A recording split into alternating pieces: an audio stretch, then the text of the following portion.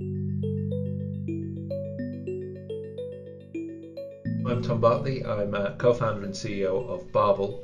We're a tech startup based in Bristol. Our software allows experts to work together more efficiently and reach consensus faster than they could do in Microsoft Word or Google Docs. So the vision is that anyone working in the construction industry can have instantaneous access to the knowledge they need to do their job safely. This standard provides a first step on the way to do that by giving a common way of describing knowledge resources. Different organisations use different ways to describe the same thing.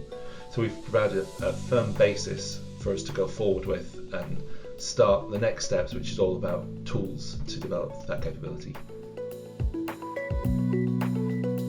We convened a working group. I think 20 different knowledge organisations in the industry were represented, as well as a number of contractors and consultants, so that we really represented both the supply and the demand of the construction knowledge ecosystem.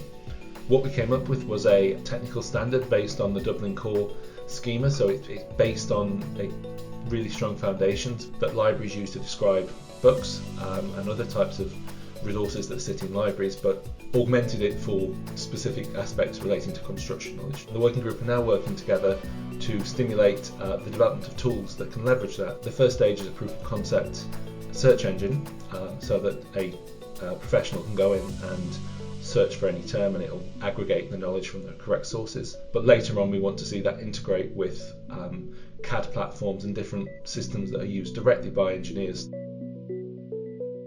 The construction industry is famously slow to adopt and slow to move, and we are trying to make the institutions of the industry move with this one. But the fact that we have this standard, we have this thing now that we can work around and we can hold up as the basis for going forward is really key and really critical. So it's provided the basis for collaboration in a way that we haven't been able to do that before, because we've only been talking about wouldn't it be nice if.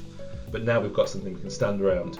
We can go out to funders, we can go out to sponsors and say, well, the hardest step almost has been done.